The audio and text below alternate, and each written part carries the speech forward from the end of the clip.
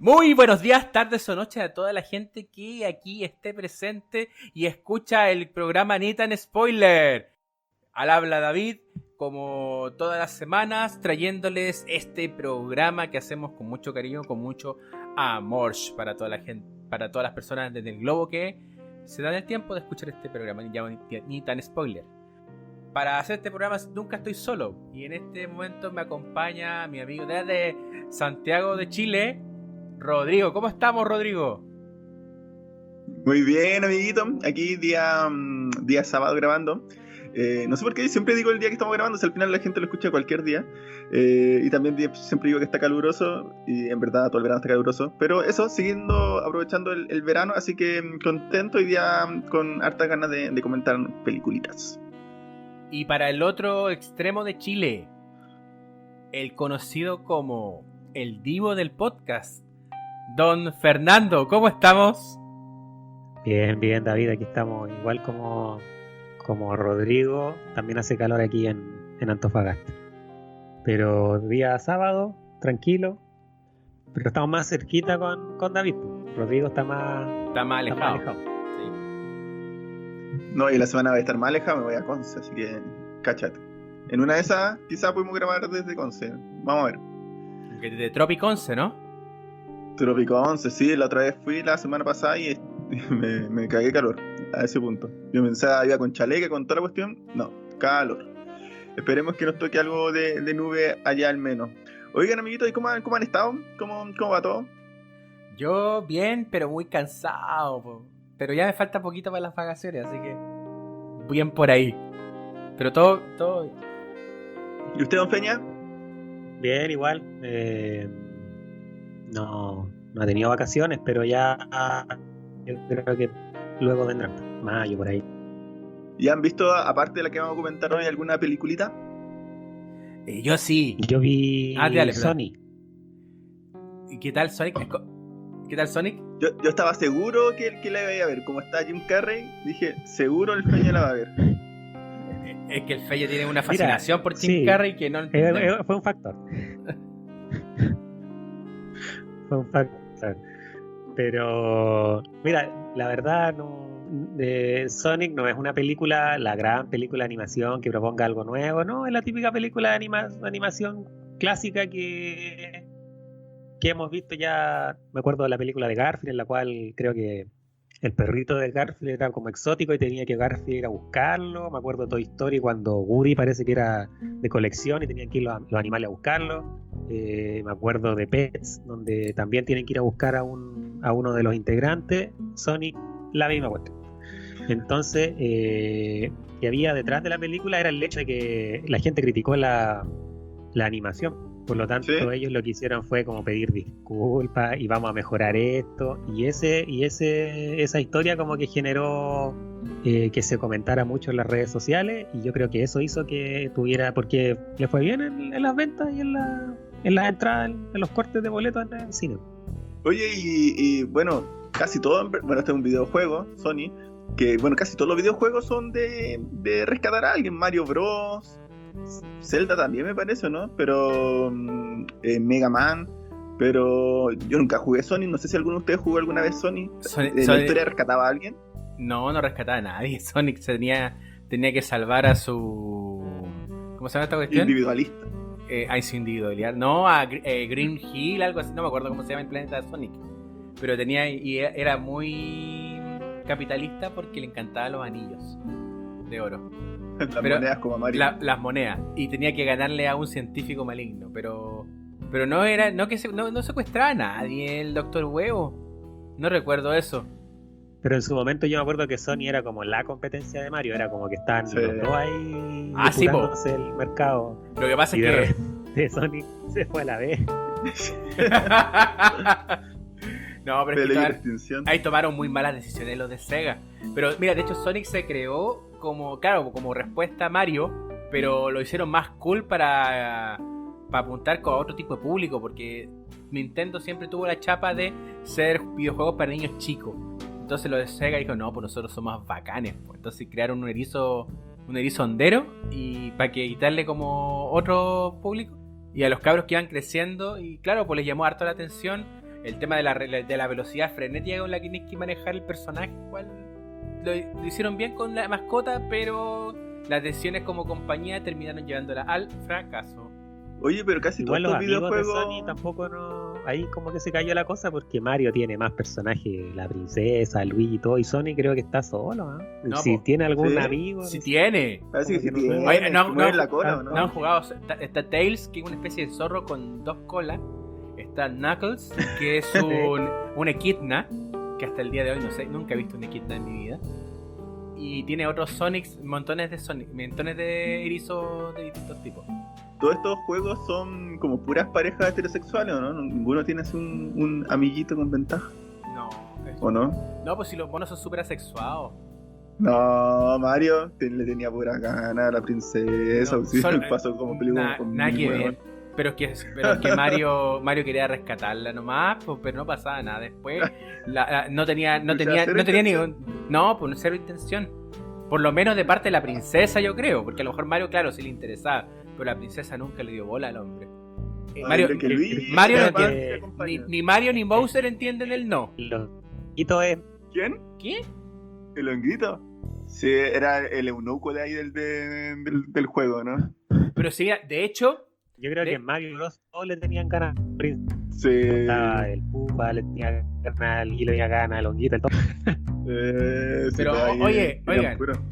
Mario era un adelantado para su época porque todos sus personajes ninguno entendía el concepto del consentimiento. Porque la princesa no quería con ninguno y todos la hinchaban, primero. Y lo segundo es que hay un personaje en Mario 2 que se llama Birdo, que es un dinosaurio rosado que se trasviste y es hombre. Ah, mira. Sí, pues, es hombre. ¿A Birdo es hombre? Yo pensaba que Birdo era es... mujer. No, Birdo es Igual hombre. pensaba que era mujer. Birdo es hombre. Y de hecho ponen ese personaje de esa manera y es un villano recurrente. Y tú pensás que, claro, no te da ningún tipo de indicio de que es un trans y era un personaje trans. Oye, pero yo creo que la princesa sí quería con todo, era terrible pelada. No. El que llegara primero ahí estamos, listo. Nos vamos. No, ¿O yo, no? Oye, no, Maya, yo creo una que cosita. no. No. Ah, dime. El tema de Sonic salió después de Mario, porque o pasó como, por ejemplo, bueno, como una historia parecida que no tiene nada que ver con los dibujos animados, pero me acuerdo que cuando hubo una época en la que empezaron a salir varias bebidas gaseosas imitando a la Coca-Cola con distintos nombres, y la Coca-Cola vio que le estaban quitando parte del mercado y empezó a ir acá al almacén y les dijo, mira, yo les compro los refrigeradores, todo, pero ustedes no vendan la bebida alternativa, tienen que vender pura Coca-Cola. Y desde un día para otro las bebidas alternativas desaparecieron del mercado. ¿Una cosa así hizo Mario o Nintendo con Sonic y lo despojó del mercado, o simplemente fueron malas decisiones de la compañía Sony para sacarlo y no se supiera más del erizo azul? Es que no Yo fue. creo que de las dos, ¿no? No, fue problema. O sea, igual tenían una competencia las consolas. O sea, los Nintendo con sus consolas siempre se tiraban caca. La cuestión fue que Sega tomó malas decisiones con las fechas y los tiempos para sacar sus consolas. Y eso los terminó mandando al carajo. ¿Quién No. tuvo una consola Sega yo? Yo no conozco a nadie que haya tenido una consola Sega. El Pato Tapia tenía una consola Sega. ¿O no? No, tenía ¿Quién es Pato Nintendo. Tapia? Un compañero que teníamos nosotros, no sé si se acuerdan. No. Bueno, no, tenía un Super. Pero nosotros jugábamos, yo recuerdo que jugábamos Sega cuando íbamos al tiempo libre. Lo que pasa es que era un local de videojuegos que tenían consolas. Y habían dos que ¿Ya? quedaban cerca del colegio donde nosotros estudiamos, que era la guarida de Mario, donde aquí con mi amigo Castreto nos gastamos toda la plata que teníamos. Del curso. Sí, nos gastamos toda la plata que teníamos en eso. Y después el otro El día antes de la prueba, con Don Sebastián, ex Soto. Nos gastamos toda la plata íbamos a que jugar teníamos. toda la tarde, día antes de prueba de matemática, y después yo un 4 y David Maya un 7. Y no estudió. Yo llegando a la casa a estudiar rápido y donde había Maya nada, y fue un 7azo. No, un repaso nomás, Maya. No, nada, ni No. eso. No se le quedó el cuaderno en el No colegio. hacía el cuaderno. No tenía ni cuaderno. No, No, pues, no, llevaba era, ni mochila. no era así. Pues, y con Don Sebastián Soto, Don Rodrigo Castro, nos íbamos a jugar y gastar toda la plata que teníamos en la guarida de Mario y en el tiempo libre. Después el tiempo libre fracasó porque fiaba mucho.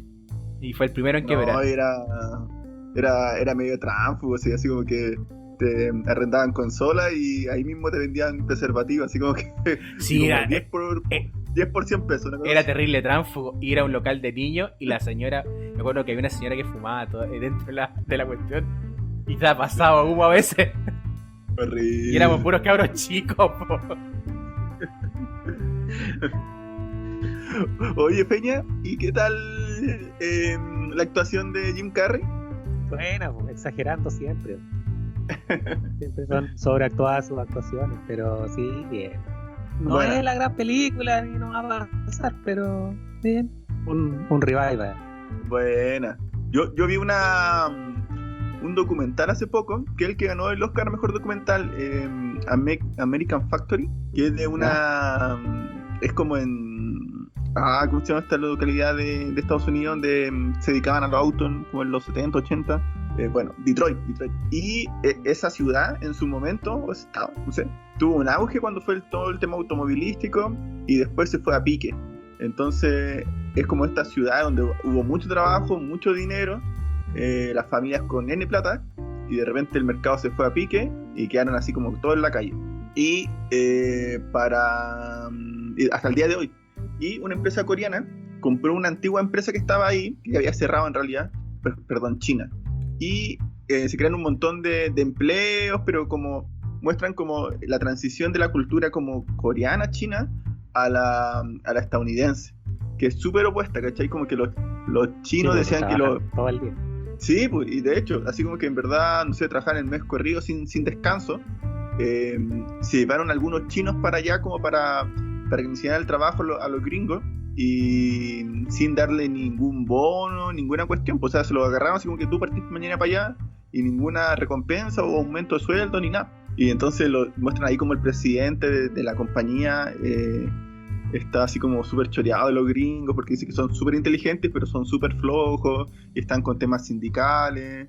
Entonces de ahí de a poco se muestra como el choque de cultura como de Oriente con Occidente, porque al final es como la cultura igual que tenemos como en todo Occidente, que igual en sus cosas está bien y sus cosas está mal, y la China igual está en sus cosas bien y sus cosas mal, son súper apegados al trabajo, a la disciplina, pero oye, a la gente ahí la revienta, está así como todo el día, y como le digo, se la agarran, la llevan para otro país, lejos de su familia, de su hijo, de su señora, y sin ni uno extra, y pagándole nada, así como que se ve un poco esa transición.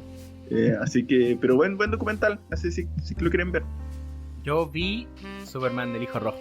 ¿Cuál es, amigo?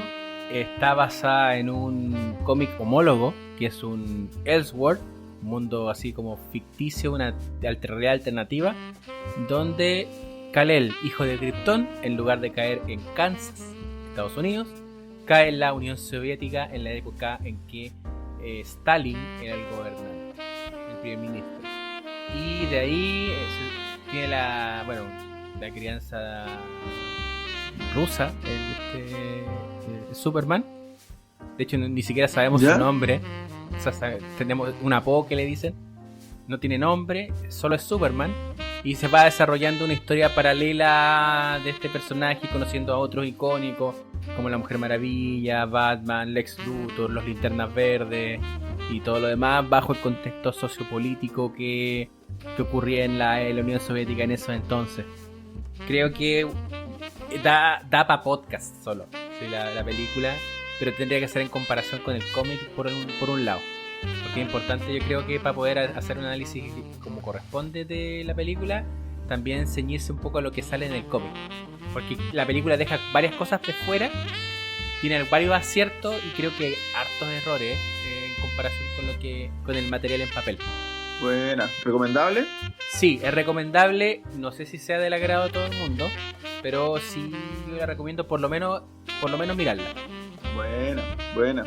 ¿Y usted, don Peña, alguna otra? ¿O con eso? No, yo con eso nomás. Oigan, tengo amigos, un montón sí, en carpeta, ¿sí? Pero no tenía tiempo. ¿Cómo cuál? La nominada al Oscar por cine extranjero. Pero no. Ahí hay tarea pendiente. Oigan, amigos, ¿y vimos algo en la semana? O sea, me espero que, aparte de lo que comentamos, pero espero que de lo que vamos a comentar hoy día. No te entendí nada. ¿Estás haciendo la introducción a la película del día de hoy?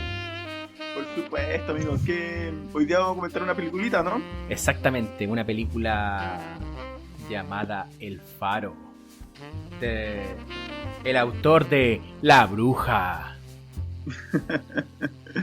Una película rarísima. Que Don Feña, ¿usted nos podría comentar de qué se trata esta película? Sí. La verdad es que no hicimos antes de empezar el podcast como una reunión de pauta respecto a qué nos pareció la película, por lo tanto estoy como expectante por saber qué les pareció. Yo ya tiré mi spoiler por el chat. Sí, pero creo que al margen de decir me gustó o no me gustó, creo que tiene la interpretación, creo que sí. Es un factor que puede tener distintas opiniones. A eso es lo que me refiero. Perfecto.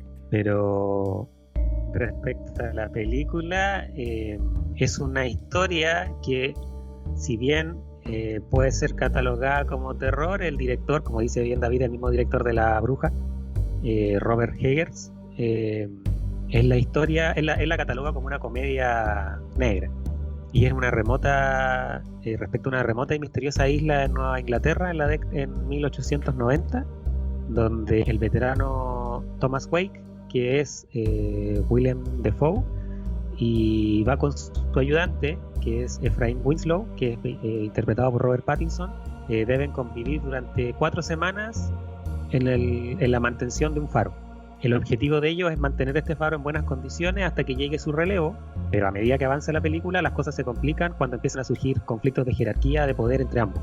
Eso es como a grandes rasgos de qué se trata la película que vamos a comentar el día de hoy. Respecto a qué nos pareció a cada uno, parto yo, si no les molesta, y después después Rodrigo y David, no sé si les parece. Me parece muy bien. Adelante, amigo. Dele con todo, si no, ¿para qué? Dele con fe y optimismo. Bueno, a ver, voy a partir diciendo de que dentro del ranking que teníamos de las películas que hicimos, las mejores películas del año, esta película para mí subió por lo menos el top 3. Me gustó mucho la película. El Faro se estrenó en octubre para celebrar Halloween. El hecho que, para poner en contexto, cuando el director de esta película, Robert Eggers, estrenó hace mucho tiempo la película La Bruja, Willem Dafoe quedó tan fascinado con este nuevo concepto de hacer como un horror folk, que lo vemos en Ari Aster también, que podría ser bastante similar el estilo. ¿Es buen Ari Aster? Sí, pero creo que no es gusto masivo. Es bueno.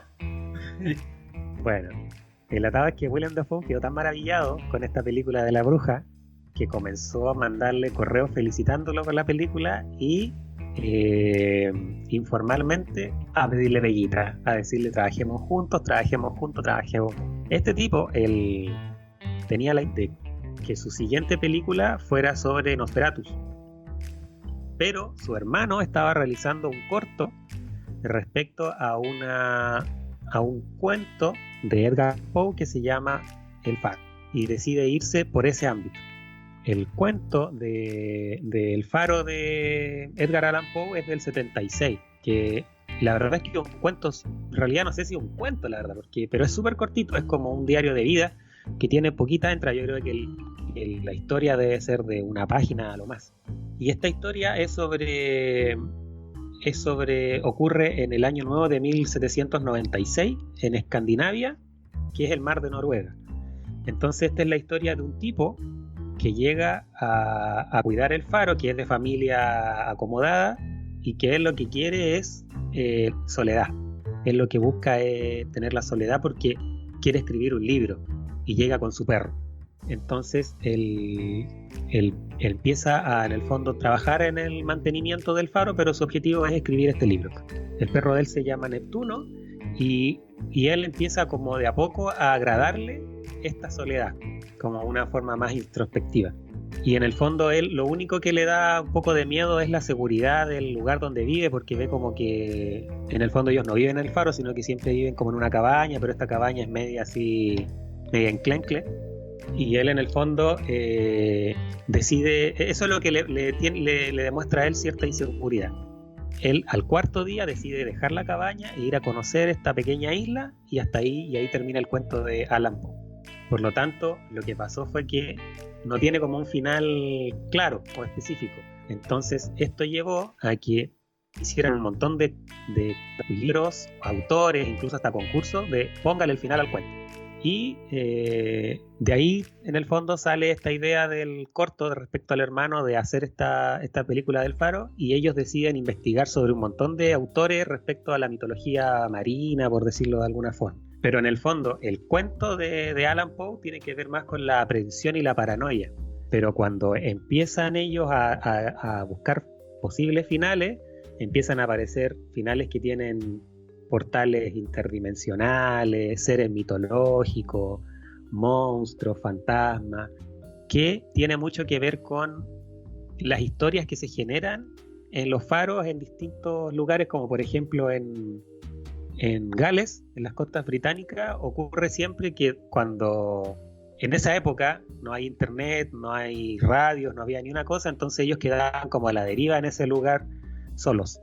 Generalmente eran 2 personas que trabajaban en la mantención del faro y como quedaban en el fondo aislados, la interpretación de que empezaban a ver fantasmas, el estar solo le empezaba a generar, se empezaba a poner paranoico. Entonces esto en el fondo era como ideal para escribir historias de terror y cosas así.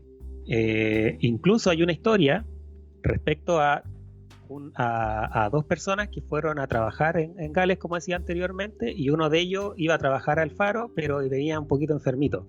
Al trabajar ahí se empezó a enfermar más, pero ya se tenía conciencia de que estas 2 personas como que se llevaban un poquito mal y peleaban entre ellas. Entonces la persona que quedó viva la fueran a buscar, pensaran de que él por un conflicto de intereses había asesinado a la otra persona, entonces no podía deshacerse del cuerpo, por lo que crea como un ataúd ficticio, o sea, un ataúd de madera, rural, o sea, hecho a mano, y trata de dejar como que se desploma, caen las cuerdas, el cuerpo queda colgando en una de las ventanas del faro. Entonces esta persona cada vez que iba a trabajar veía el cuerpo de la otra persona como se iba descomponiendo, y eso empezó a afectar psicológicamente el día a día. No lo podían ir a buscar por las tormentas y se empieza a volver un poco loco. Entonces a lo que voy, que la película del Faro, si bien el cuento de Allan Poe no tenía un final específico, sí da para muchas interpretaciones y muchas historias, y en este caso Hegel con su hermano se van por no una interpretación cerrada, sino que una interpretación múltiple. Cuando vemos la película y después vamos a internet y vemos las interpretaciones que hay de la película, como que dan más ganas de volver a verla de nuevo respecto a esa otra interpretación. A mí el resumen cuenta me gustó mucho y la encontré espectacular. Don Rodrigo, ¿y usted? Uy, me desencajó harto en verdad. Mira, yo en verdad no contaba con estos antecedentes que comentaba el Feña. De hecho no sabía que era, para ser sincero, no sabía que era un cuento de Edgar Allan Poe, pero cuando lo empecé a ver, yo creo que a los 15-20 minutos me pensé justamente eso, debe ser un cuento de Edgar Allan Poe, porque en verdad tiene mucho en verdad de su sello, como de otros cuentos que conocemos, los clásicos como El Cuervo y ese tipo de cosas. Me pareció muy muy buena película, me sorprendió, me dejó un poco perplejo, creo que no es para todo público o toda instancia, y voy a partir un poquito de lo general hacia un poco más lo específico. En cuanto a diseño, me gustó bastante. Creo que, bueno, el Feña lo comentó hace un par de películas atrás, que muchas películas te dejan toda la tarea hecha. Me parece que en este caso no es así, y efectivamente concuerdo con este tema, que es como una especie de laberinto, como que uno va entrando en la película y cada vez te va tirando como a otras puertas, te da la posibilidad de mentalmente ir construyendo conclusiones o teorías, pero que te llevan a lugares distintos de la película. Me parece que la fotografía es muy muy buena en general. Sí, eso me gustó. El tema que sea en blanco y negro también me gustó bastante, porque juega mucho con el tema del contraste entre lo blanco y lo negro. O sea, hay momentos específicos donde lo negro parece ganarle a lo blanco y al revés. Así que me pareció muy interesante. En cuanto a las actuaciones, me gustaron, pero ¿cómo se llama el actor del personaje principal? El que no... El que, entre comillas, el trabajador que llega. Robert Pattinson. ¿Sí? No. Robert Pattinson. ¿Sí? Robert Pattinson y Willem Dafoe.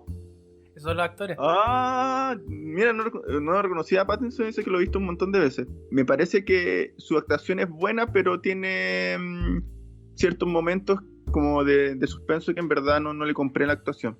Willem Dafoe es espectacular de inicio a fin, creo que incluso es como el aspecto mejor de la película, ¿no? Me extrañó entonces que no estuviese en las premiaciones del Oscar, en verdad muy muy buena actuación. Los momentos de tensión creo que se pudieron haber manejado mejor, creo que no estuvo un poquito al debe. Y cuando terminó la película, igual me dejó varias consultas, muchachos, que igual se las quiero consultar. Sobre todo el Feña, que a lo mejor tú averiguaste más del tema de la historia, según lo que comentaste recién, porque a mí me quedó la duda, porque no sé si nos podemos pegar spoiler o no vamos a pegar spoiler en este capítulo. Yo no creo que sea muy spoileable la película porque la gracia es en la interpretación. Entonces así podemos que, darle. así dispara. Con todo, si no, ¿para qué? Sí. Ya, en la escena final, este muchacho, Robert, que mata a Willem Dafoe contando directamente el final. Luego sube al faro, y en el faro como que no encuentra, o sea, supuestamente encuentra algo, pero después como que se cae de la escalera, ¿cierto? Sí. ¿Se acuerdan de eso?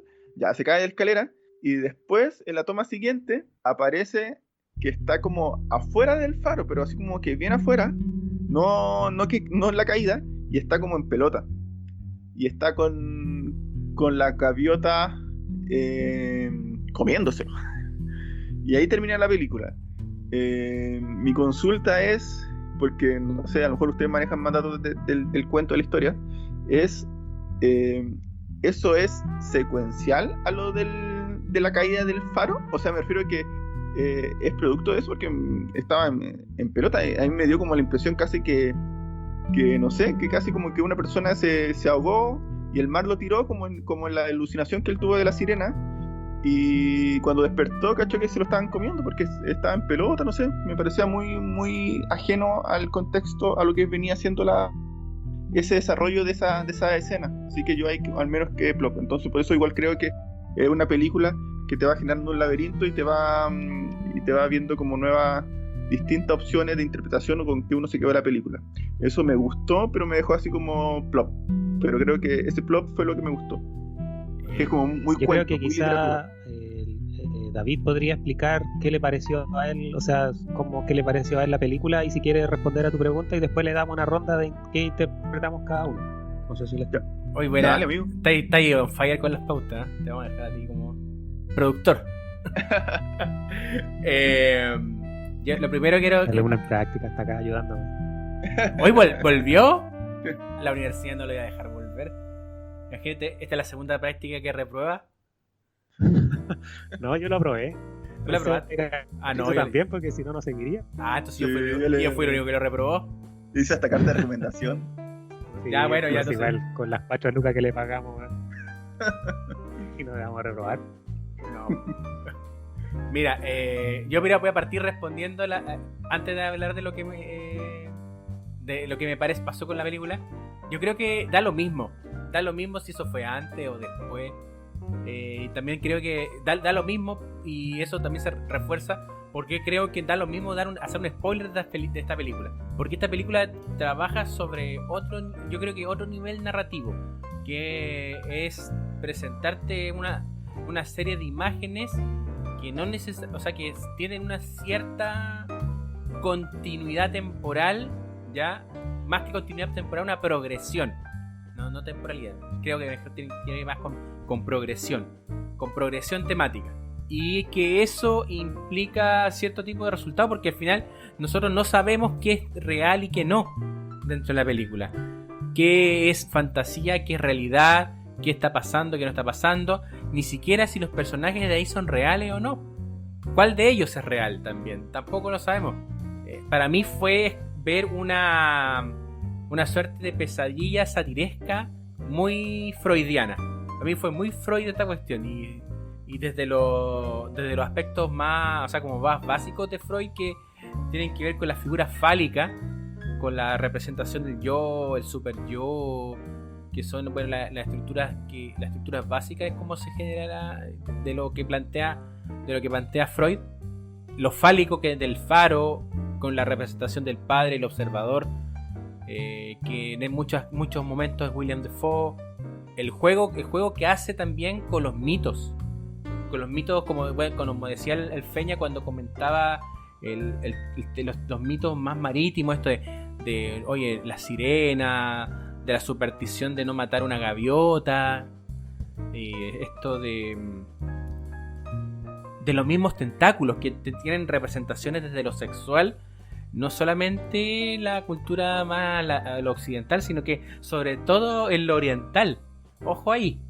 Y que lo hayan sumado a la figura mitológica del Tritón y la figura mitológica de la sirena, la presentación de las vaginas de la sirena, porque vemos una vagina de sirena, cosa que el mundo nerd siempre se ha figurado cómo debe ser la sexualidad con la sirena. De hecho, también es dentro del mito de la sirena,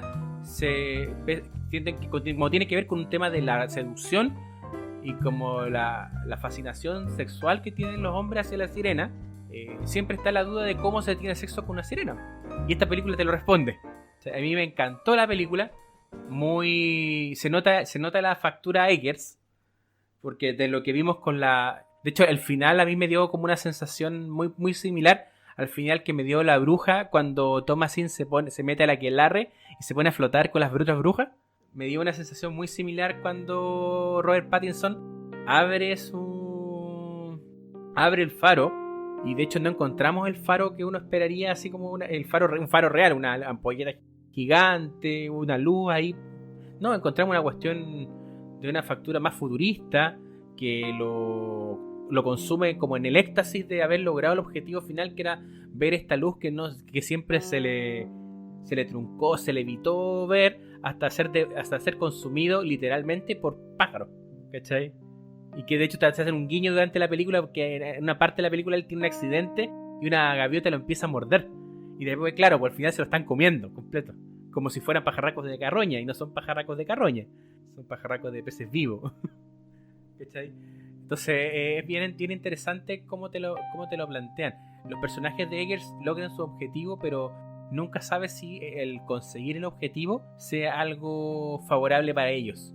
Da la impresión de que para Thomasin sí, es muy favorable, porque se desprende de todo esto de la culpa cristiana, del conservadurismo, y acoge esto de ser la mujer poderosa, aun cuando sea al servicio del cole flecha. Y en curioso también, que ocupa tomases de personajes principales, hay gente que se llama Tomás o alguna derivación, y que este tipo logra esto, que trabaja sobre las culpas. Me gusta eso, también muy freudiano, el tema de las culpas, como la aborda Eggers. Siento que es una buena película para tratar de un poco de masticar el cómo nosotros procesamos distintos tipos de mitología y cómo esas mitologías escalan profundo en las personas y te generan confrontaciones con el mundo más real, ¿ya? Porque aquí tenemos un tipo el personaje Robert Pattinson, que es un loco que lo único que quiere es estar tranquilo, escapar de la culpa, porque se siente culpable de un crimen que pudo evitar, pero también rechaza sentirse miserable y sentirse castigado. Y en este caso el personaje de William Dafoe, como tiene este rol más fálico, más de la figura de la autoridad castigadora, representa ese castigo que él mismo se autoimpone, y si es real, tiene donde proyectar su rabia, y si es imaginario, la pone desde fuera y crea este personaje para poder hacerse un poquito, para no tener que hacerse cargo de autocastigarse. Así que creo que es un buen ejercicio. Me imagino que, bueno, yo igual leí un poquito de qué le pareció a la gente, y todos coinciden en que no hay coincidencias con cuál es la interpretación única de lo que quiere presentarte Eggers, pero a mí me da esa sensación que tiene que ver con cómo los mitos trabajan sobre el comportamiento de las personas y en base a ello las culpas y cómo nosotros nos hacemos cargo de las culpas de una u otra manera. Es como que ponen a personajes tan antagónicos en este caso y que son como caras de la misma moneda y que sí o sí van a terminar siéndose a sí mismos enfrentados y nunca en la misma posición, porque uno ve, sobre todo, comparto lo que dicen los chiquillos de la actuación de Willem Dafoe es sublime. Willem Dafoe aquí, yo de verdad no me explico por qué no fue nominado para más cosas, porque si hubiera estado en los Oscars, fácil gana. No tenía, sorry Brad Pitt, pero fácil, actor secundario, fácil, porque de verdad el tipo matiza muy bien. Tenía un personaje que en momentos es arrogante, en momentos es tremendamente sensible, en momentos está culpable, en momentos es terrorífico.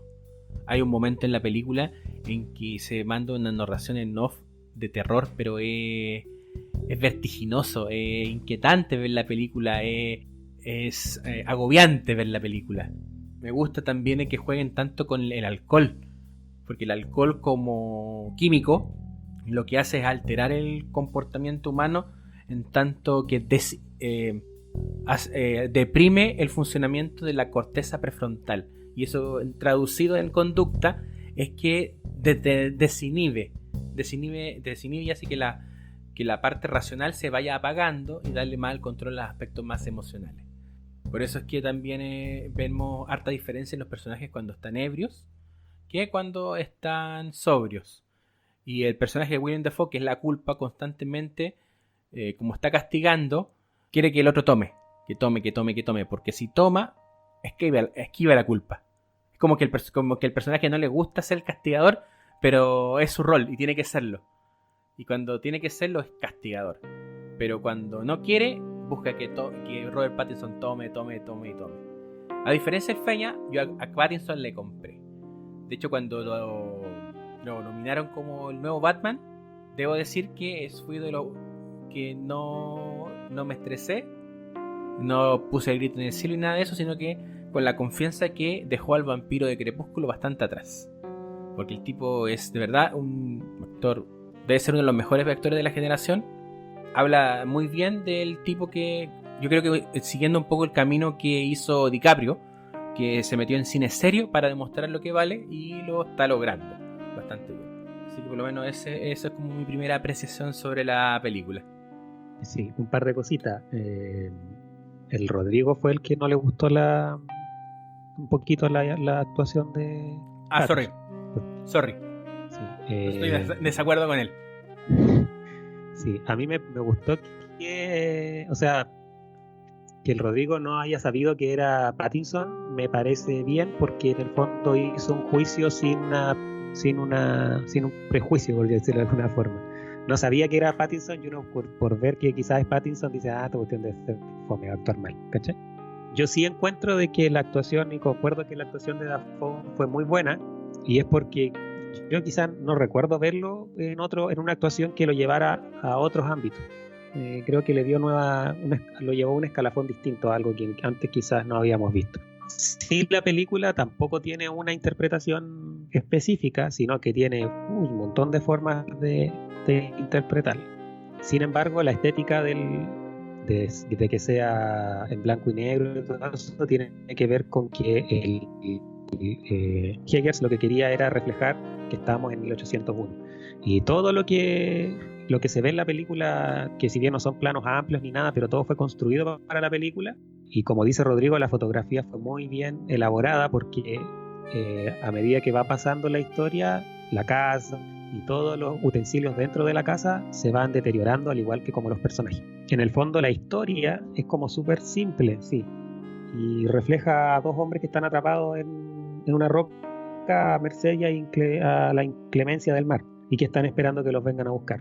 Pero la forma de contarla y las interpretaciones y los mensajes que hay detrás es lo que yo creo que le hace tener una discusión post película y verla desde otra perspectiva. Incluso uno podría quizás hacer una interpretación distinta a lo que uno pensó que es, y después volver a ver la película bajo esa otra interpretación y va a obtener un mensaje totalmente distinto.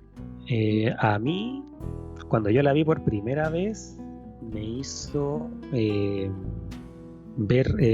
me hizo interpretar cómo sería la sensación del infierno, en el sentido de que recuerdo que hay ciertas historias de hechos paranormales, y se me vino a la mente una que era que en un lugar X, en un acantilado, había gente que veía que había una niña que se suicidaba o se tiraba al acantilado, y era como un suicidio constante, como que la niña se suicidaba, despertaba, se volvía a suicidar, despertaba, se volvía a suicidar.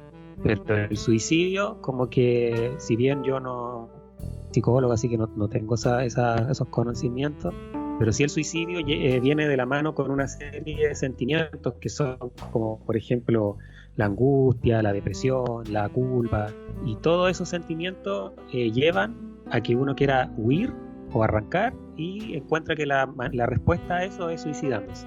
Entonces, si bien hay gente que puede que no crea en el infierno, ni en el cielo, ni todas esas cosas, uno sí podría de cierta forma como interpretar cómo cree uno que podría ser el infierno. Y yo creo personalmente de que el infierno debe ser eso, es como esos sentimientos de los que tú quieres escapar, nunca de ellos escapas. Entonces despiertas, por ejemplo, que te suicidas, despiertas y vuelves a empezar a sentir lo que es la angustia, la culpa, etcétera, y eso te lleva a suicidarte, te vuelves a despertar y estás así por el fin de los tiempos en un movimiento constante. Por lo tanto, cuando vi la película, que llegaban en el barco, qué sé yo, los dos, y empezaban de a poquito, Winslow, que en este caso es Pattinson, empieza de a poquito como a volverse loco. Vemos en la escena cuando tiene hambre y tienen que comer lo que hay nomás, e incluso hasta racionarlo, y él dice que se volvería loco, incluso hasta se follaría un pedazo de carne. Con el tiempo, cuando vemos la película en un principio, vemos supuestamente Dafoe es el loco, lo vemos como que tiene actitudes raras, pero después nos vamos dando cuenta de que Pattinson es el que en el fondo, incluso hasta Dafoe le dice específicamente, tú no sabes qué día es, tú no sabes quién eres, tú no sabes dónde estás, etcétera, eres tú el que te estás volviendo loco. Lo confunde, no sabe si ya pasó 2 días, no sabe si pasó ya un mes, si los van a venir a buscar, si se van a poder ir. Entonces vemos también la escena de la sirena, que en el fondo es como extraño, porque el faro lo que hace es una guía, es como una guía para atraer a los barcos y que sepan dónde están, dónde desembarcar, ese tipo de cosas. Pero la sirena lo que hace es confundir a los marinos con sus cantos y ese tipo de cosas. Entonces él en el fondo Pattinson en el fondo va buscando esa luz, esa luz que es como una guía, que es como quizás arrancar de la culpa que tiene, pero la escena de la sirena lo que hace es hacerle entender de que él va a seguir confundido, y de a poco empieza a deteriorarse el personaje, y al final como que trata de alcanzar esa luz que nunca la va a poder alcanzar, que es como, podrían ser muchas situaciones, podría ser el perdón, etcétera, porque Pattinson venía de haber asesinado a una persona, pero tampoco el director nos dice si lo asesinó o no lo asesinó, porque él fue parte de la muerte de esa persona. Él era un leñador, creo, y él incluso hasta cambia el nombre, ya no se deja, en el fondo él después nos dice de que ya no se llama Winslow, sino que se llama Thomas Howard, creo, ese era su verdadero nombre. Y en el fondo es lo que a mí se me da a entender es que la luz es como el perdón, y él trata de alcanzar ese perdón, pero Dafoe no lo deja. Cuando va a alcanzar la luz como que porque él cae después, va cayendo del faro, como que no tiene nunca el perdón y nunca lo va a obtener, y por eso que él queda después, creo yo, por la interpretación que se me ocurre a mí, por eso que él después queda como muerto, y las palomas, o sea, las gaviotas se lo están comiendo, le están mordiendo el estómago.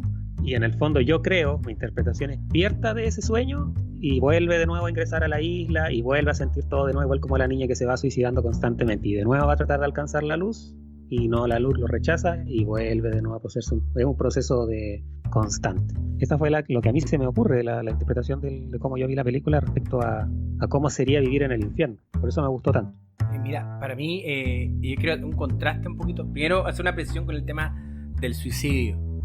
Normalmente uno piensa que la gente que se quiere suicidar se quiere matar. Y es, claro, pues parecería de perogrullo. Decir, te vas a suicidar es porque te quieres morir. No, generalmente la gente que se quiere suicidar es porque quiere huir del dolor más que morir. Entonces por eso es que es tan bueno conversar y hacer cosas respecto del suicidio y no evitar la muerte, el tema de la muerte en general. Eso, primera precisión. Y lo segundo, claro, yo tengo como una interpretación similar pero un poco distinta a la vez de lo que simboliza el faro versus la sirena, porque para mí la sirena es el deseo, o sea, la sirena siempre es la que conquista, y el hecho de que el personaje termine teniendo sexo con la sirena quiere decir que fue al revés, pues él logró conquistar el deseo.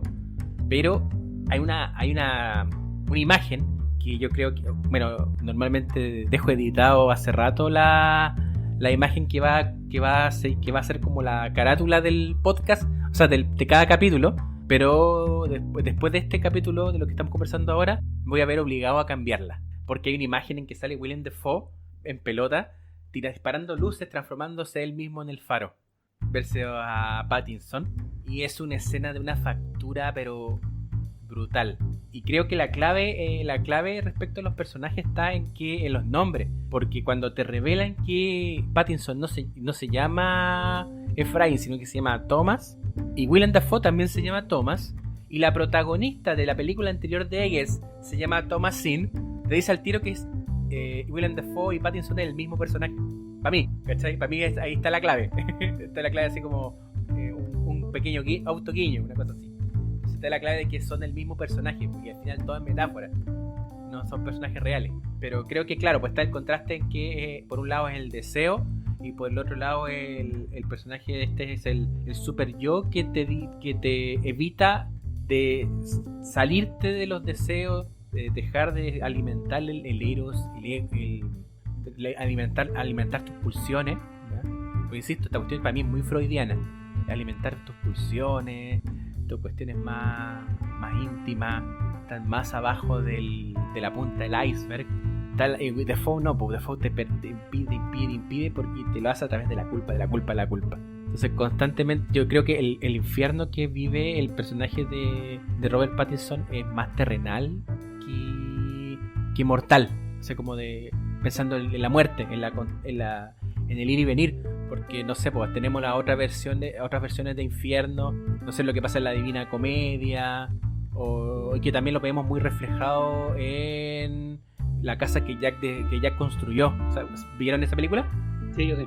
Ya, en la casa que Jack construyó también te muestra una versión del infierno, de los círculos del infierno que vemos en la Divina Comedia.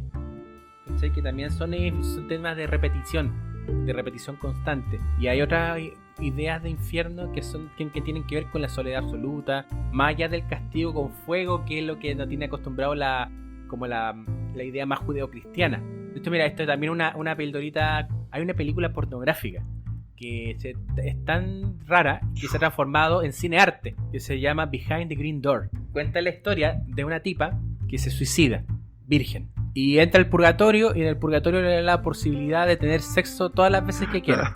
Antes de... La peor porno de la vida entonces, ¿no? Es una cuestión muy extraña, que de verdad hoy es considerada cinearte, más que una película pornográfica.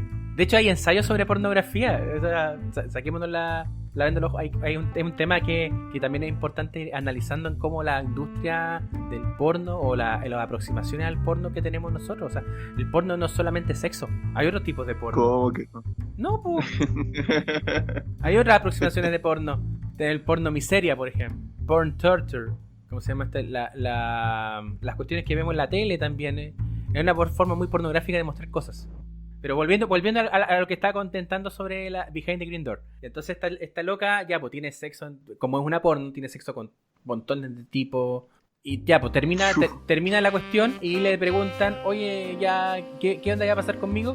Te va a ir al infierno.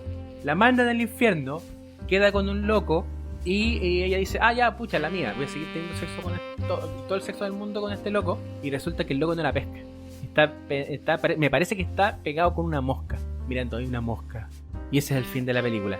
Y el infierno para ella era quedarse sola, teniendo todas las opciones de poder seguir satisfaciendo sus deseos, pero sin poder hacerlo. ¿Cachai? Entonces, claro, las representaciones del infierno son tan amplias y yo creo que están muy ligadas a la época en las cuales vivimos.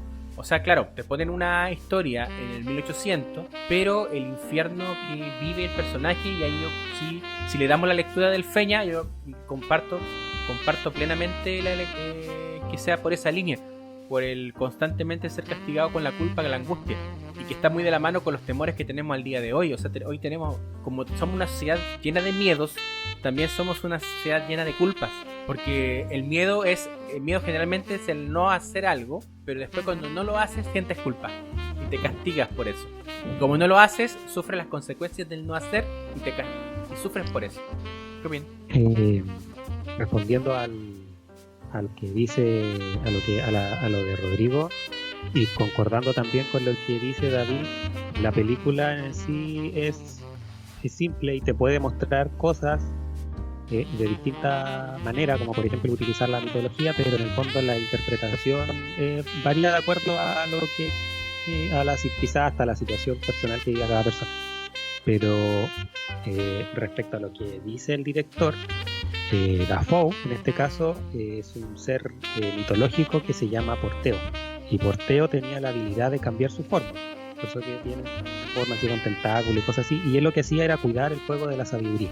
Existe una teoría también mitológica que es la de Ícaro, que Ícaro, el padre de Ícaro era un arquitecto y ellos estaban presos en una isla. Para salir de la isla, el padre de Ícaro decide hacerse alas con plumas que encuentra, y cose con plumas y cera, con hilo, y claro, las cose con hilo y además las pega con cera, y le dice que en las pruebas está todo bien. Dice que lo que sí, no huele tan alto porque el sol puede derretir la cera, no huele tan bajo porque la espuma va a mojar las plumas y va a morir. Y Ícaro hace lo que no le dice. Entonces lo que no tenía que hacer, se le ocurre tocar el sol y fallece. Es como la historia también de Adán y Eva, no comas el fruto prohibido, da lo mismo. El atado es de que en el fondo Porteo, que en este caso es William Dafoe, es el cuidador del fuego de la sabiduría, y su misión es determinar si Winslow en este caso es digno o no de llegar a la luz, y para eso él le va dando pruebas. Le dice que para ir probándolo si es que él en el fondo es maduro y es paciente. Y vemos que Winslow hace caso contrario y termina asesinando a Dafoe. Y en el fondo también hay la mitología, no recuerdo ahora el nombre del personaje, pero este tipo roba la luz de la sabiduría y por lo mismo los dioses lo castigan, y en la cual vivo se le castiga a que un pájaro, algún tipo de cuervo, qué sé yo, va picoteando su estómago hasta que él muere. ¿Cachai? Pero a lo que voy es que más de la explicación explícita va más la interpretación de cada uno, y ahí varía. Por ejemplo, yo la vi desde ese punto de vista, pero David la ve desde otro punto de vista, y creo que eso es lo que hace la película tan buena, de que a medida que cuando uno la termina de ver, como que te va y escuchas las interpretaciones, como que se te hace más interesante, y quizás podría incluso hasta volver a verla después. Eso. Y es bacán que no sea la única, porque si nos podemos a pelear así, no, esta es la opción, da lo mismo. Todas las interpretaciones aquí en esta casa son válidas, son tan ricas como cada otra. Incluso me acuerdo que también hay una teoría en la cual dicen que en el fondo,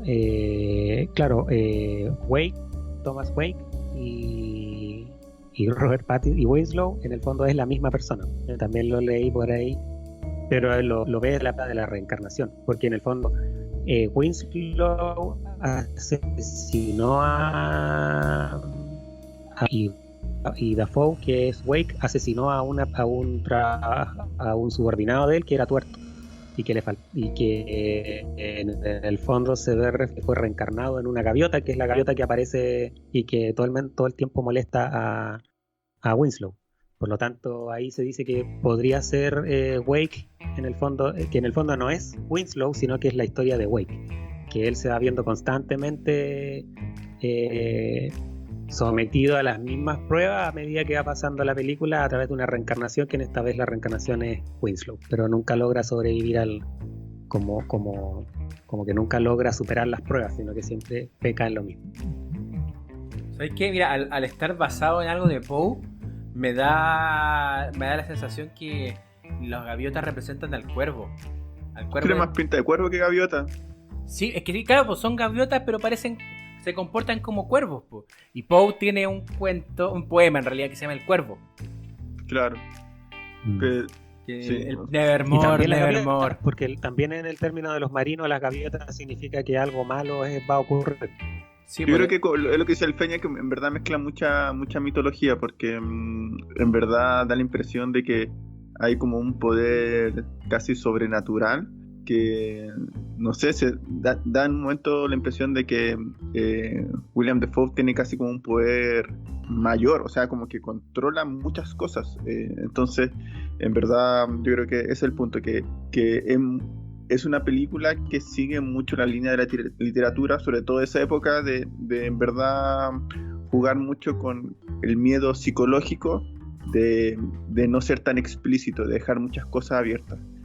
Yo creo que eso es un poquito lo que apunta, como decía el Feña, o sea, como que respeta mucho, es una muy buena adaptación, siendo que es, como dice el Feña, muy, muy cortito, pero respeta mucho como la línea literaria. Y eso yo creo que fue en verdad lo que más me gustó de la película. Sí, es bastante buena la película, yo creo que en todo sentido. Me alegra mucho que Eggers se siga, porque vaya a pasar harto rato desde La Bruja hasta ahora. Y qué bueno que siga explorando esta otra forma de hacer terror, como lo está haciendo Ari Aster. Yo sé que no es de su gusto, pero oye, no, amigo, pero bien. y en base a que ya la vimos, extrañaron que a lo mejor no tuviese mayor participación en lo que fue los Oscar. Muchos la extrañaron ahí en los premios, y sobre todo, no sé, ahora que lo estuvimos conversando, quizá mejor adaptación o mejor actor secundario, o no sé si estuvo en fotografía, pero ¿extrañaron que estuviese mayor presencia? Yo sí, totalmente. La película te da para poder hacer más, pero siento que... Mira, a mí me explico por qué este tipo de cine, sobre todo el terror, casi siempre es ninguneado. Porque en realidad lo ven como... Igual que el género de acción, se ven como géneros inferiores. Como también le pasa al género de comedia, que también es visto por la academia normalmente como algo inferior. Pese a que tenéis un montón de obras que dicen lo contrario. Me acuerdo que cuando salió el año que Aster lanzó Hereditary, para muchos era evidente que a la Toni Collette la iban a nominar a Mejor Actriz, pero fue totalmente ninguneada ese año. Yo creo que ese año, si hubiera estado Toni Collette en la cartilla, gana, porque la actuación que se manda en Hereditary es soberbia. Pero no pasó nada con Hereditary también, que por lo menos ese año a mí fue mi película favorita. No pasó nada. Este año tampoco pasó nada con Midsommar. Y Midsommar es una película de una factura... Bueno, a lo mejor no es de gusto popular, pero es una película de factura impresionante. Estamos hablando de cosas objetivas. Objetividad aquí al 100%. Y lo mismo. Había quedado traumado porque no nos gustó la película. Y la más emocionada, hoy va a hablar de Midsommar, que bacán. No nos gustó. Puta. Ya.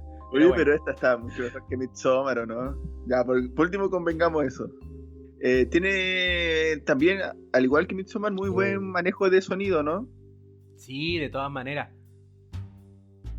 Principalmente, y respondiendo a lo que dice Rodrigo, a mí también me llamó la atención de que la película no tuviera ninguna nominación. Creo que no fue ninguna categoría al Oscar, ojalá me equivoque. Solamente supe que ganó el Festival de Cannes, quedó atrás de todas las otras nominadas. Y me llamó la atención porque tiene muchos aspectos. No quiero pensar de que porque haya un prejuicio o algo así, o quizás la crítica todavía no sienta que la productora A24 esté para esas ligas, pues no quiero creer eso. pero me llamó la atención porque de verdad que es una película bien, con buena fotografía, con buena edición, con buenas actuaciones. Y respecto a la música también es un factor importante porque a mí la música me hacía sentir como no era grato, era como que me hacía sentir algo incómodo, que en el fondo se acompaña a la historia o a tratar de sentir lo que está viviendo Winslow en este caso. Sí, la música para mí ayudó bastante a hacer esta como atmósfera opresiva. Bueno, en general muy muy buena película. Creo que lo dijimos hace un par de capítulos atrás, estamos como un poquito en deuda de haberla revisado y comentado.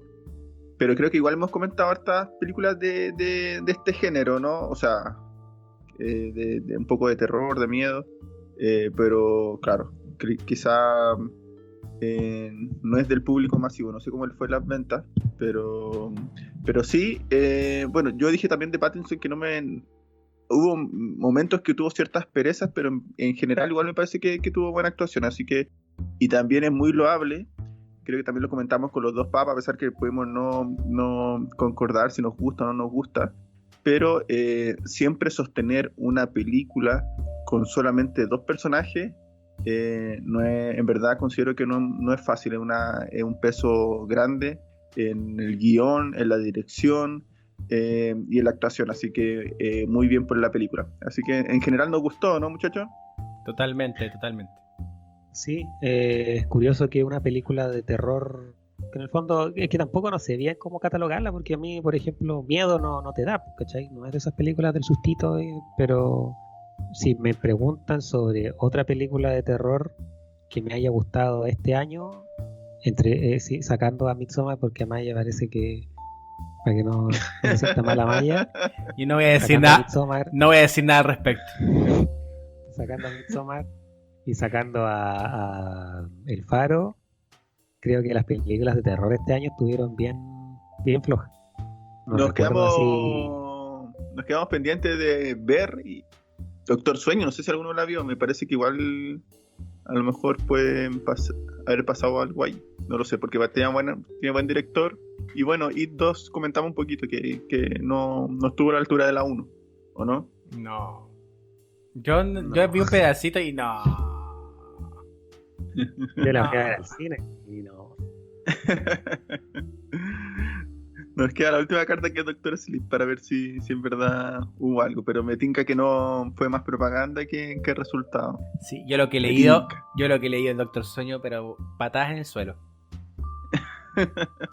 Horrible. Parece que estuvo mejor los cortometrajes en Caldera, ¿o no? Sí, de todas maneras. Yo ya estoy esperando, mira, cuando apenas salga Casa Lobo podríamos hacerle un podcast. Qué bueno. Oiga, amiguitos, me parece que usted, don David, esta semana que pasó igual estuvo en otras cositas, ¿o no? Sí. Reporteando no sé para... si puedo contar un poquito sobre eso. Reporteando para Nitan Spoiler. No. Son como las noticias de Alvarito Salas. Sí, Alvarito Salas, pero con menos hijos. Espero no llevarme ninguna sorpresa en la vida, así como Alvarito Salas. Bueno, les comento, la semana pasada fue el Festival Gastronómico de Bahía Inglesa, al cual llegó una personita. Esta personita es directora de el cine, el Centro de Arte Alameda. Me refiero a Roser Ford. Estaba apoyando porque generalmente del Centro de Arte traen cine sobre gastronomía. Aparte, y ya está vacacionando acá en la región.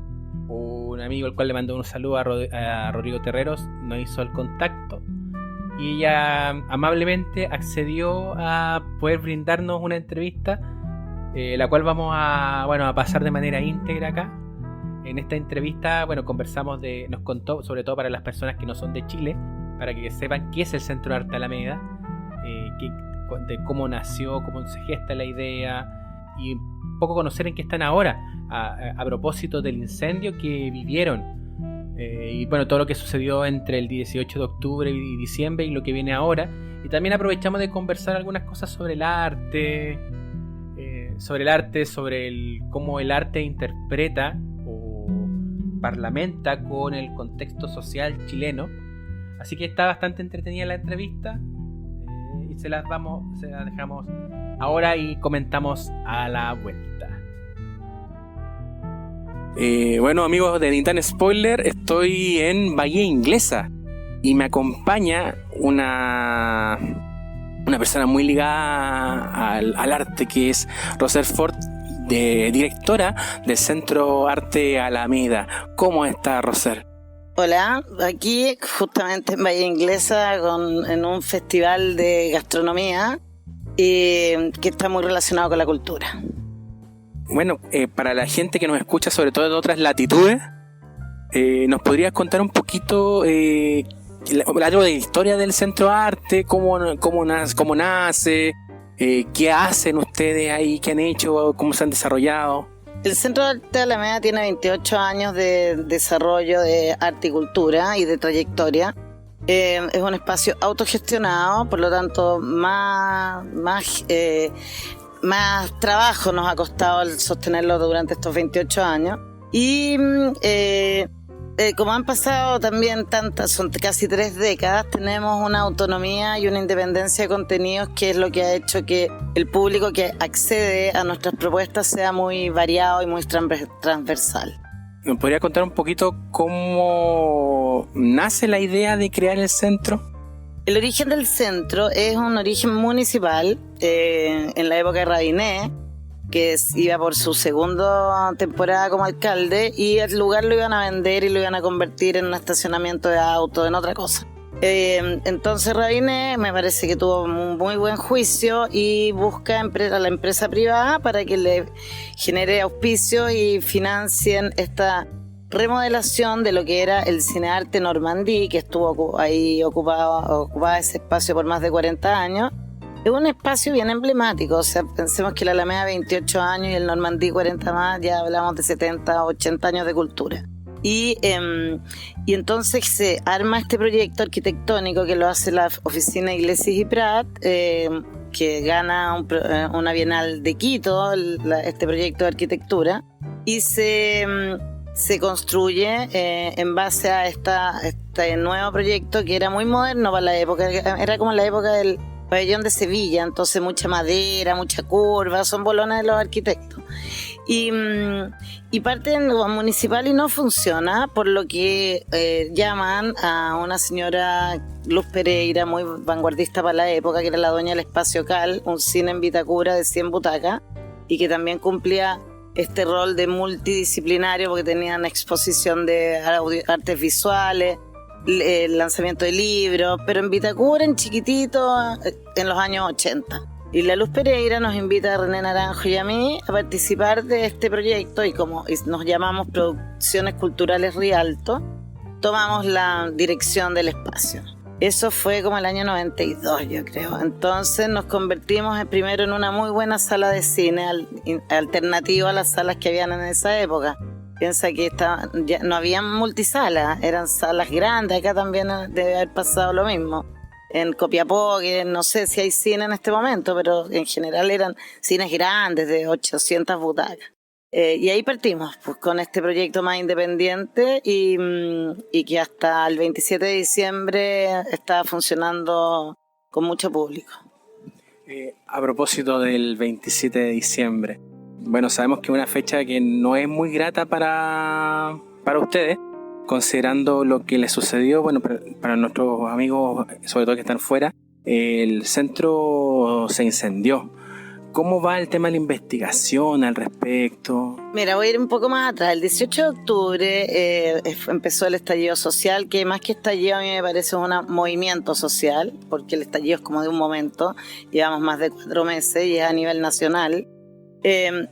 Parte de esta movilización y se genera, nosotros estábamos ubicados en la zona 0, en plena Plaza Italia, antes, ahora Plaza de la Dignidad, y esa ubicación generó que los primeros días tuviéramos que cerrar porque estaba todo el mundo un poco asustado, no sabíamos para dónde iba la cosa, pero luego tomamos la decisión de abrir, de sumarnos a esta movilización, de proponer contenidos que propusieran reflexión y encuentro, y además fuimos plataforma de técnicos de cine que se reunían, los vestuaristas, los gaffers y eléctricos, todos fueron haciendo sus respectivos cabildos, que fue muy lindo ver cómo la gente quería conversar. Y nosotros proponíamos cine, abrimos con la película del MBL, que le dimos gratuita un domingo a las 12 del día, y fueron 320 personas, que fue muy emocionante sentir que querían ver cosas que les propusieran para que pudiéramos volver a conversar y para que a partir de estos contenidos analizáramos lo que nos pasa. Entonces empezamos a hacerlo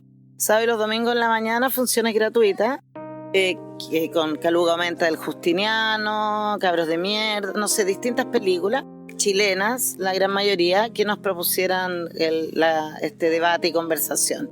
Pero también teníamos nuestra programación, y estaba El Guasón, estaba Perro Bomba, una película chilena que habla de los migrantes y del tema haitiano, y está Lemebel y Araña, pues, películas muy interesantes para el momento que estábamos viviendo.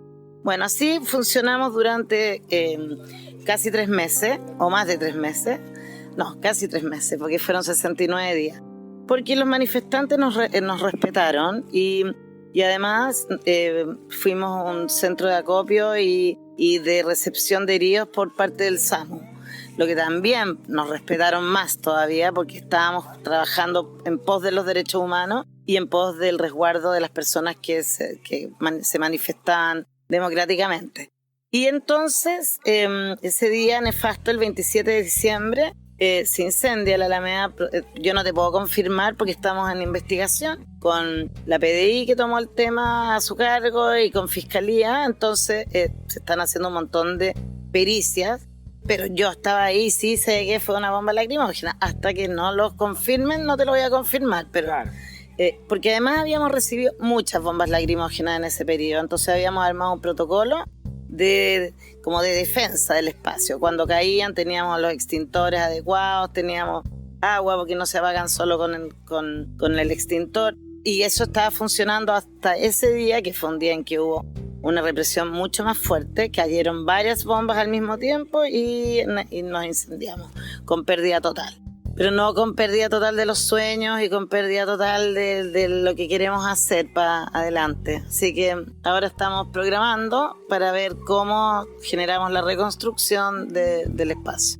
Y en este rato, considerando que es un espacio que yo escuché tu entrevista cuando ocurrió todo esto, es emocionante cuando comentas de que esto lo vamos a reconstruir entre todos, ¿cierto? Y esto también de que la misma comunidad valida y valora a la gente que abre los espacios como instituciones, porque llamémoslo, en este caso el cine se convierte en una institución, sí, pero es una institución legitimada por la gente, a diferencia de las instituciones como más formales y más ligadas a temas políticos o a la macroestructura estatal, ¿cierto?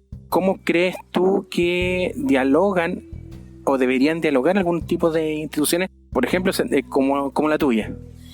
Mira, como que me ha tocado ahora estar más también de observadora después del 27 de diciembre, he sentido que igual hay instituciones que han logrado el diálogo con su público, como el GAM, que se han permanecido abierto y que también ha facilitado sus espacios para que estén los rescatistas voluntarios, como el Teatro El Puente, que somos instituciones culturales que nos tocó por casualidad estar en el epicentro de esto. Entonces sí siento que uno tiene que ir de la mano de los tiempos y adaptarse al entorno, y lo han ido logrando, y están muy preocupados de ver cómo pueden abrir más el espacio, porque en realidad es difícil igual para el personal que accede después poder irse cuando empiezan las manifestaciones, porque de verdad que en un minuto era igual que el Día de la Marmota, que la película, todos los días era lo mismo. Entonces uno se quedaba atrapado en cierta hora, y cuando empezaba la policía a actuar, que era imposible salir de ahí hasta que paraban las barricadas, paraban los ataques de gases. Entonces siento que, mira, uno se tiene que poner súper creativo en este momento, porque lo habitual cambió y uno se tiene que aprender a adaptar también. Nosotros como espacio cultural logramos ahora un nuevo lugar, que es el Centro de Extensión del Instituto Nacional, que es donde vamos a estar transitoriamente, porque a mí me emociona mucho esto, lo que tú decías, de ver que el público reconoce a la Alameda como un espacio emblemático, sobre todo por la diversidad de nuestra programación. Entonces yo le he dicho en otra entrevista que nuestra parrilla programática va desde el punk hasta la ópera, ¿cachai? Entonces hay un abanico súper grande y ahí participamos todos, y también, como tiene tantos años de trayectoria, también los hijos de mis amigos están yendo también. Entonces, mira, fue muy emocionante para nosotros como equipo sentir que había una validación, y por eso mismo sentimos que tenemos que trabajar para poder reconstruirnos entre todos. Hay unas manifestaciones maravillosas que se están produciendo bien autónomas de nosotros, que es, no sé, los artistas visuales están organizando una subasta en el museo, que va a ser en el Museo de Bellas Artes en abril, con obras, ya hay más de 200 obras donadas para este efecto. Entonces, claro, esto va pasando al lado nuestro, mientras nosotros también estamos viendo con qué herramientas del Estado podemos contar para poder volver a reconstruirnos. Una de las cosas que se hablan siempre los movimientos más de base de la asamblea es un poco esto de derribar los colonialismos, porque estamos acostumbrados a que llegue alguien y nos salve, pero acá estamos viendo algo totalmente distinto, que es la misma comunidad organizada la que quiere volver a levantar y reconstruir su espacio. Hermoso, y mira, y además están accediendo a nuestra programación. Acabamos de hacer un ciclo de cine en el Museo de la Memoria y todas las funciones llenas. Hicimos otro en el GAM y todas las funciones con público, ¿cachai? Entonces además hay un reconocimiento a los contenidos del público, y también hay propuestas que nosotros las estamos escuchando. De verdad que una retroalimentación muy interesante en un momento que podría ser el peor momento de mi vida como directora de un centro cultural que no está ahora. Es un momento súper enriquecedor al final, así que y esa inyección de optimismo te la da, es una cosa más, con lo que tú decís, más paralela, más transversal y más de todas las edades también, que también es otra cosa que a mí me motiva un montón, ver que medianos, chicos y grandes estamos trabajando por la reconstrucción del Centro Arte de la Alameda. Y además que esos medianos, chicos y grandes se interesan por un contenido, y es un poco lo que llama el arte, sobre todo el cine, a la gente, interpelarnos sobre nuestros temas, sobre las cosas que nos pasan en la vida cotidiana. Y bueno, la parte de la parrilla que nos comentaba va muy, muy de la mano. Ahora me gustaría consultarte, bueno, en Santiago es un poco más movido que acá, en todo sentido de la palabra. En el mal sentido de la palabra, la verdad, porque puedes trabajar con más tranquilidad y sin la histeria que tienen las grandes ciudades. Así que yo encuentro que me gusta mucho que sea más tranquilo por acá. Claro, a nosotros igual nos preocupa un poco, porque esto de que se viene marzo, pero acá como no vemos tanto movimiento, el se viene marzo, ¿qué significa?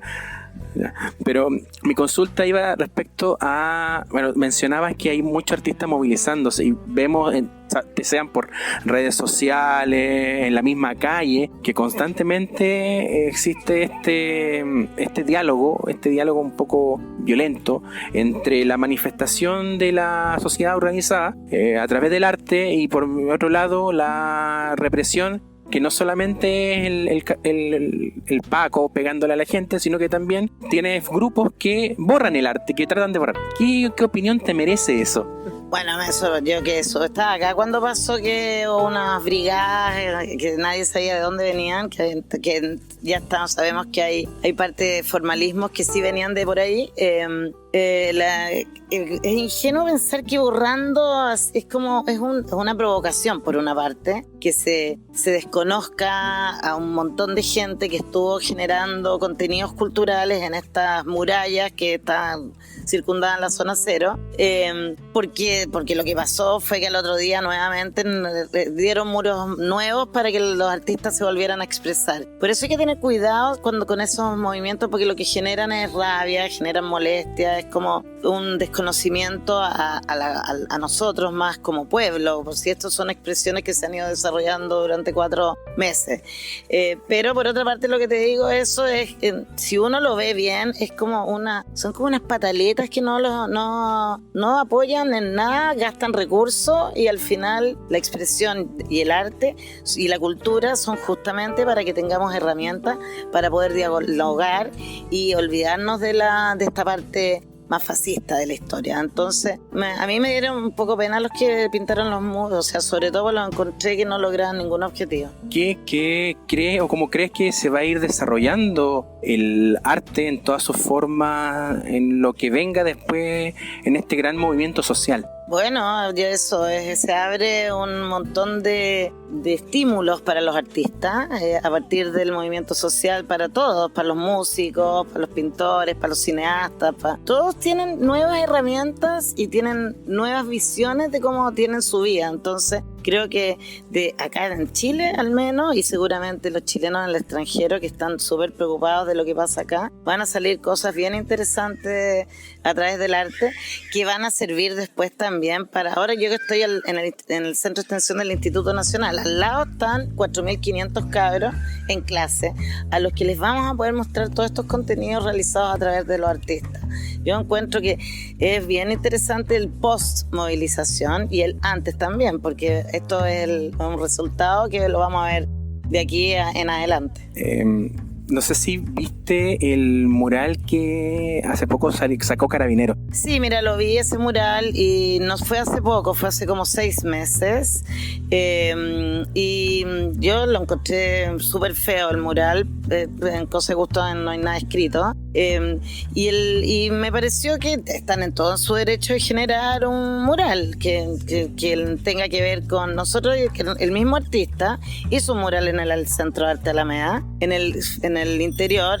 Ese mural fue hace 2 años y es un gavilán y estaba inspirado en la Violeta Parra. Ahora que yo difiera con lo que está haciendo actualmente el artista visual es un tema, pero ese mural salió como atemporal porque fue pintado hace más de 6 meses. Bueno, ahora quedó funado el artista porque nadie lo vio bien con buenos ojos, y en realidad en este momento con la descalificación que existe con Carabineros de Chile es imposible que uno piense que... A mí además me pareció un mural que no me motivaba para nada. Ahora va mi pregunta por esto, porque bueno, lo comentaba con algunos amigos, sobre todo bueno, con los colegas que hacemos el podcast. El mural, si uno a propósito ya que salió a la luz este mural, muchos lo han comparado con representaciones de Corea del Norte, porque en el estilo gráfico se parece bastante, pero también con sectas de la ultraderecha, y tenemos esta forma gráfica. Nos hemos cuestionado con los amigos cuál es la parada artística del fascismo. ¿Cómo ves tú eso? ¿Tiene el fascismo una parada artística? ¿Tiene alguna forma de expresión o no tiene nada? Es que hay representaciones del fascismo con la historia, como Mussolini, como que tú vayas a Italia y te das cuenta de que hay una arquitectura que es fascista y uno se da cuenta que sí hay expresiones. A mí no me gusta nada de la propuesta estética fascista, nada, no me gustan las construcciones que he visto. Bueno, este mural, que claro que lo que tú estás diciendo tiene esta semejanza, que yo creo que tuvo una lamentable cercanía el artista visual, pero tampoco creo que sea tan fascista, sino que le deben haber pedido algo que lo hizo como a petición, así como se dice, por encargo, y él interpretó lo que le habían dicho.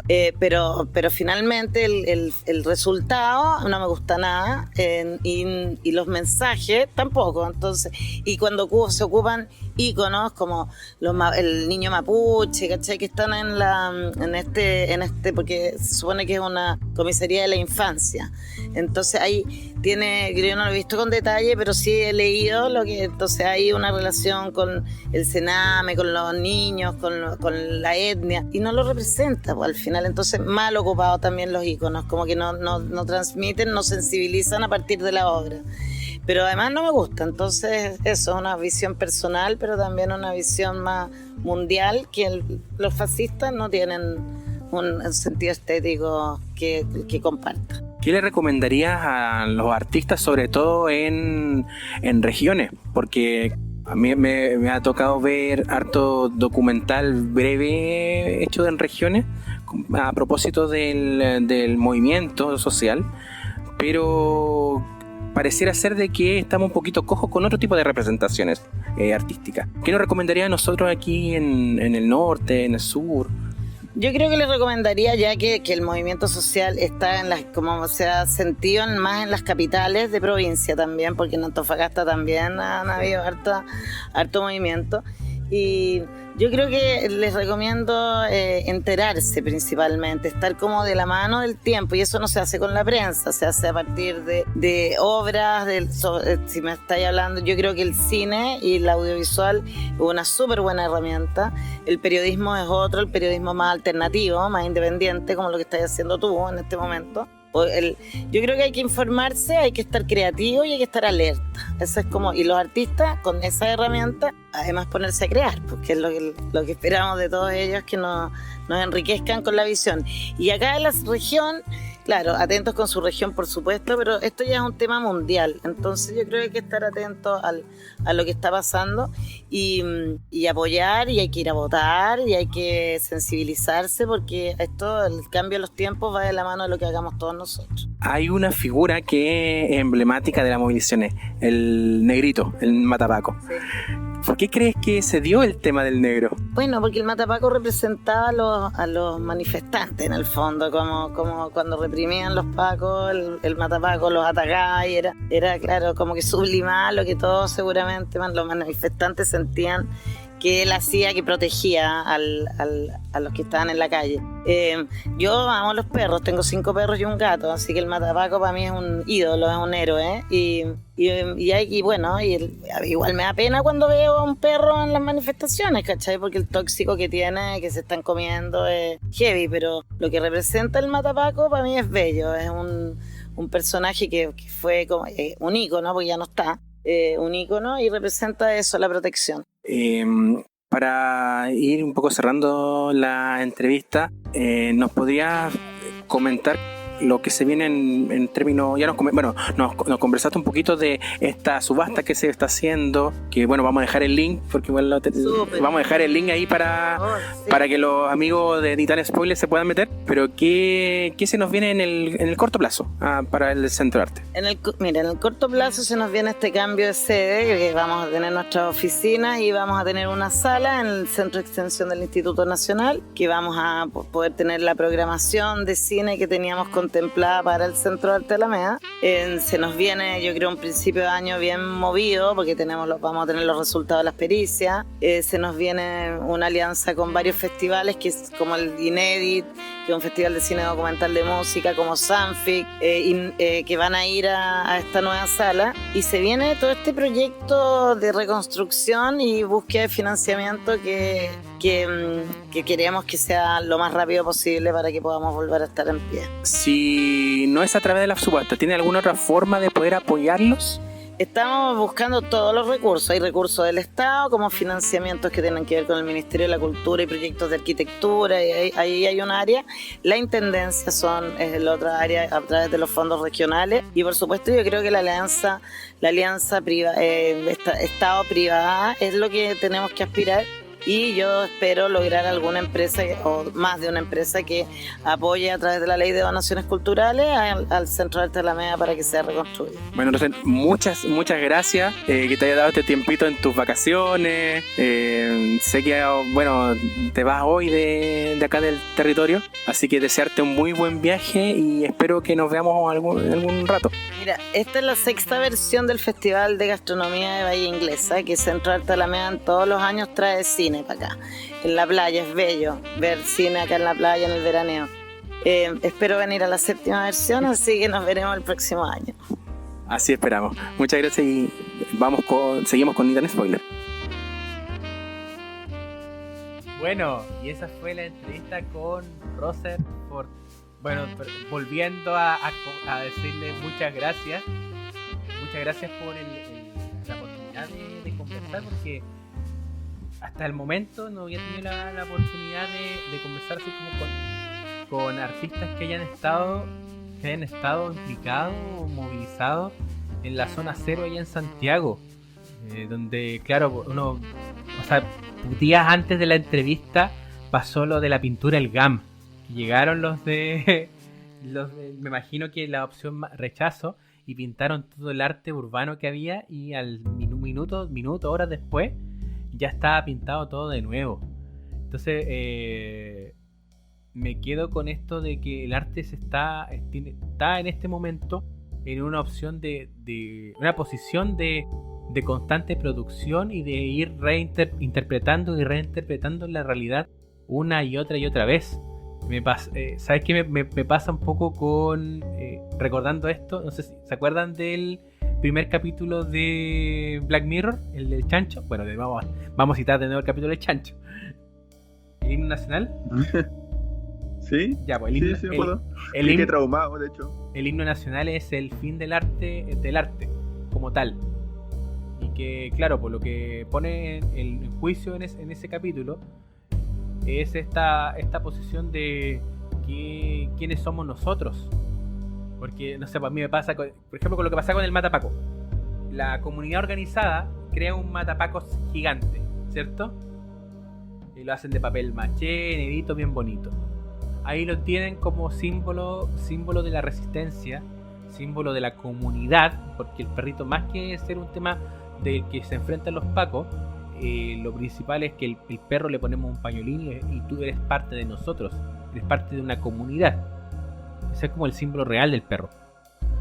Y resulta que al perro lo queman, primero lo cubren con flores, y después de que está cubierto con flores, como simbolizando el renacimiento, se hace una estructura metálica que no va a ser quemada de la misma manera.